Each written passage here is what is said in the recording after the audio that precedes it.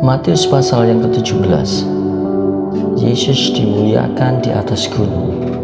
Matius 17 ayat 1-13. Tercatat pula dalam kitab Markus pasal 9 ayat 2-13 dan Lukas 9 ayat 28-36. 6 hari kemudian Yesus membawa Petrus, Yakobus, dan Yohanes saudaranya, dan bersama-sama dengan mereka ia naik ke sebuah gunung yang tinggi. Di situ mereka sendirian saja. Lalu Yesus berubah rupa di depan mata mereka. Wajahnya bercahaya seperti matahari dan jubahnya menjadi putih berkilau seperti cahaya. Lalu tampaklah kepada mereka Musa dan Elia sedang berbicara dengan dia. Kata Petrus kepada Yesus, "Tuhan, alangkah baiknya kita berada di tempat ini. Jika Engkau mau, biarlah kudirikan di sini 3 kemah, 1 untuk Engkau, 1 untuk Musa, dan 1 untuk Elia." Tiba-tiba sementara ia berkata-kata, turunlah awan dan terang menaungi mereka, dan dari dalam awan itu terdengar suara yang berkata, "Inilah anakku yang terkasih, kepadanyalah aku berkenan, dengarkanlah dia."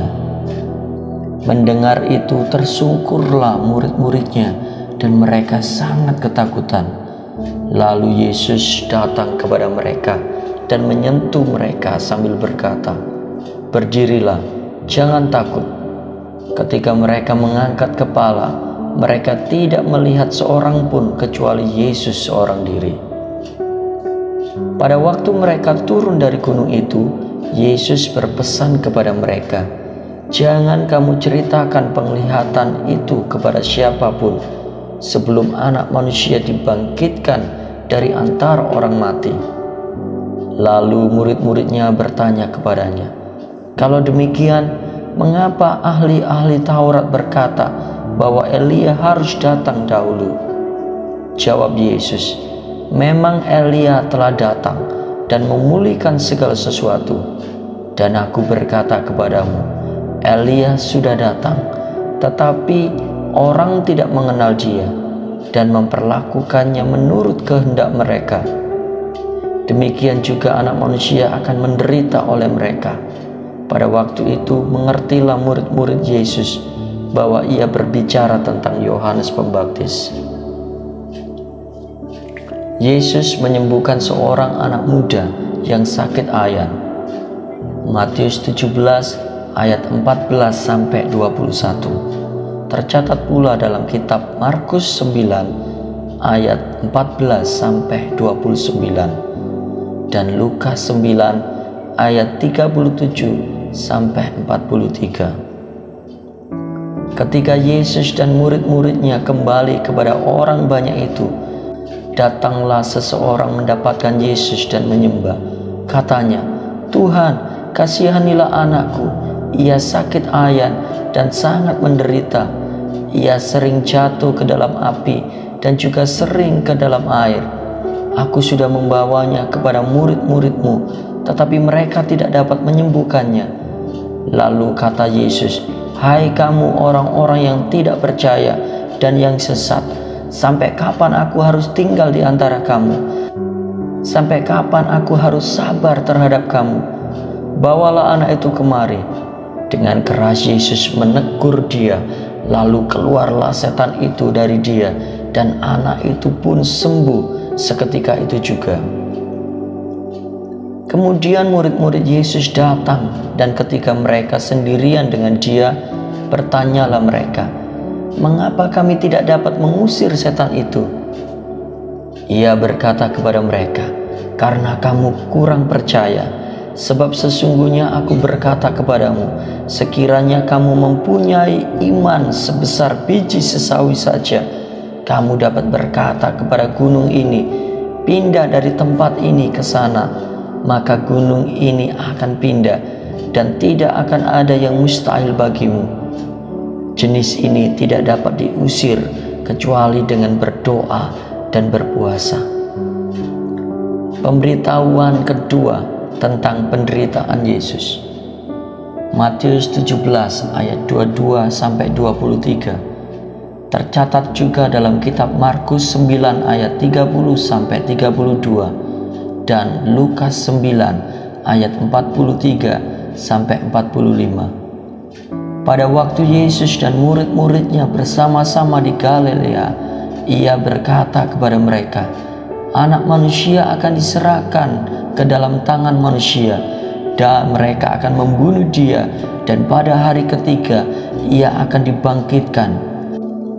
Hati murid-muridnya itu pun sedih sekali. Yesus membayar biaya untuk bait Allah. Matius 17 ayat 24 sampai 27. Ketika Yesus dan murid-muridnya tiba di Kapernaum, datanglah pemungut pajak bait Allah kepada Petrus dan berkata, Apakah gurumu tidak membayar pajak sebesar 2 dirham itu? Jawabnya, Memang membayar. Ketika Petrus masuk rumah, Yesus mendahuluinya dengan pertanyaan, Apakah pendapatmu, Simon? Dari siapakah raja-raja dunia ini memungut bea dan pajak? Dari rakyatnya atau dari orang asing? Jawab Petrus, dari orang asing. Lalu kata Yesus kepadanya, Jadi bebaslah rakyatnya. Tetapi supaya jangan kita membuat mereka gusar, pergilah memancing ke danau, tangkaplah ikan pertama yang kau pancing, dan bukalah mulutnya. Maka engkau akan menemukan mata uang 4 dirham di dalamnya. Ambillah itu dan bayarkanlah kepada mereka, bagiku dan bagimu juga.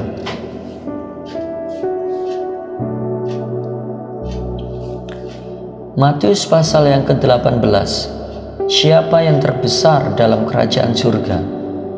Matius 18 ayat 1-5. Tercatat pula dalam kitab Markus 9 ayat yang ke-33 sampai 37 dan Lukas 9 ayat 46 sampai 48. Pada waktu itu datanglah murid-murid itu kepada Yesus dan bertanya, Siapakah yang terbesar dalam kerajaan surga? Lalu Yesus memanggil seorang anak kecil dan menempatkannya di tengah-tengah mereka dan berkata, Sesungguhnya aku berkata kepadamu, jika kamu tidak bertobat dan menjadi seperti anak kecil ini, kamu tidak akan masuk ke dalam kerajaan surga. Sedangkan siapa saja yang merendahkan diri dan menjadi seperti anak kecil ini, dialah yang terbesar dalam kerajaan surga. Siapa saja yang menyambut seorang anak seperti ini dalam namaku, ia menyambut aku.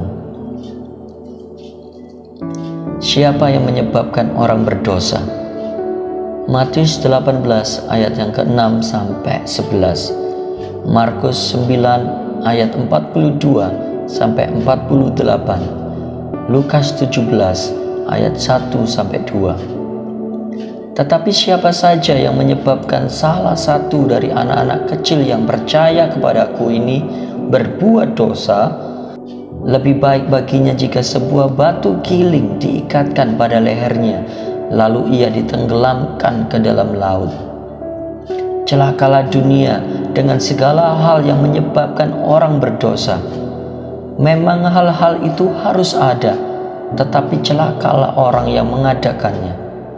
Jika tanganmu dan kakimu menyebabkan engkau berbuat dosa, penggallah dan buanglah itu, karena lebih baik bagimu masuk ke dalam hidup dengan tangan buntung atau timpang daripada dengan utuh kedua tangan dan kedua kakimu dicampakkan ke dalam api kekal. Jika matamu menyebabkan engkau berdosa, jengkilah dan buanglah itu, karena lebih baik bagimu masuk ke dalam hidup dengan bermata satu daripada dicampakkan ke dalam api neraka dengan bermata dua. Ingatlah, jangan menganggap rendah salah seorang dari anak-anak kecil ini, karena aku berkata kepadamu, ada malaikat mereka di surga yang selalu memandang wajah Bapa-Ku yang di surga, karena Anak Manusia datang untuk menyelamatkan yang hilang. Perumpamaan tentang domba yang hilang. Matius 18 ayat 12-14. Tercatat dalam Lukas 15 ayat 3-7. Bagaimana pendapatmu jika seorang mempunyai 100 ekor domba dan seekor dari antaranya sesat? Tidakkah ia akan meninggalkan yang 99 ekor di pegunungan dan pergi mencari yang sesat itu? Sesungguhnya aku berkata kepadamu, jika ia berhasil menemukannya, lebih besar kegembiraannya atas yang seekor itu daripada atas yang ke-99 ekor yang tidak sesat. Demikian juga Bapamu yang di surga tidak mengendaki salah seorang dari anak-anak ini hilang. Tentang menasihati sesama saudara. Matius 18 ayat 15-20. Apabila saudaramu berbuat dosa, tegurlah dia di bawah 4 mata. Jika ia mendengarkan nasihatmu, engkau telah mendapatnya kembali. Jika ia tidak mendengarkan engkau, bawalah seseorang dan 2 orang lagi, supaya atas keterangan 2 atau 3 orang saksi, perkara itu tidak diasingkan. Jika ia tidak mau mendengarkan mereka, sampaikanlah soalnya kepada jemaat. Jika ia tidak mau juga mendengarkan jemaat, pandanglah dia sebagai seorang yang tidak mengenal Allah atau seorang pemungut cukai. Sesungguhnya aku berkata kepadamu, apa yang kamu ikat di dunia ini akan terikat di surga, dan apa yang kamu lepaskan di dunia ini akan terlepas di surga. Lagi pula aku berkata kepadamu, jika 2 orang dari antara kamu di dunia ini sepakat meminta apapun juga, permintaan mereka itu akan dikabulkan oleh Bapa-Ku yang di surga. Sebab di mana 2 atau 3 orang berkumpul dalam nama-Ku, di situ Aku ada di tengah-tengah mereka. Perumpamaan tentang pengampunan.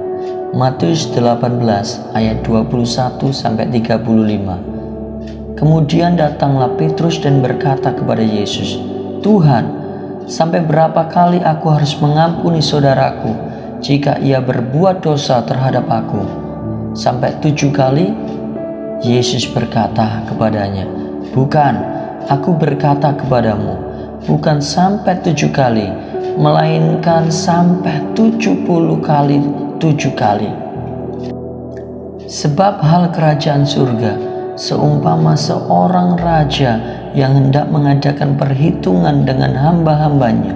Setelah ia mulai mengadakan perhitungan itu, dihadapkannya kepadanya seorang yang berhutang 10.000 talenta. Tetapi karena orang itu tidak mampu melunasi utangnya, raja itu memerintahkan supaya ia dijual beserta anak istrinya dan segala miliknya untuk pembayar utangnya.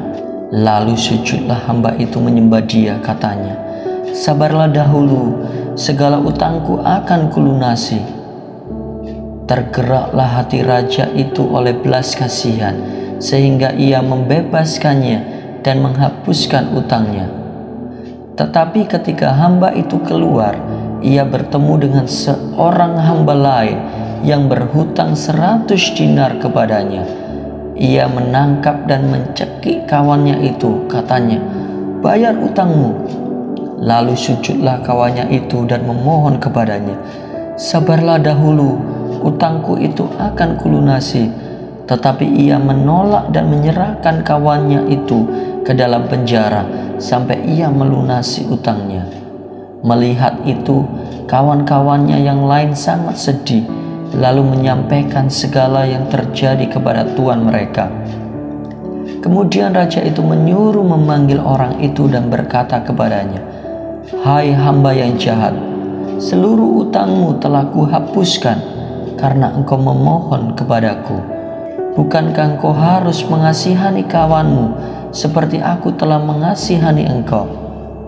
Tuannya itu pun marah dan menyerahkannya kepada algojo-algojo sampai ia melunasi seluruh utangnya. Demikian juga yang akan diperbuat oleh Bapa-Ku yang di surga terhadap kamu, apabila kamu masing-masing tidak mengampuni saudaramu dengan segenap hatimu. Amin. Tuhan Yesus memberkati.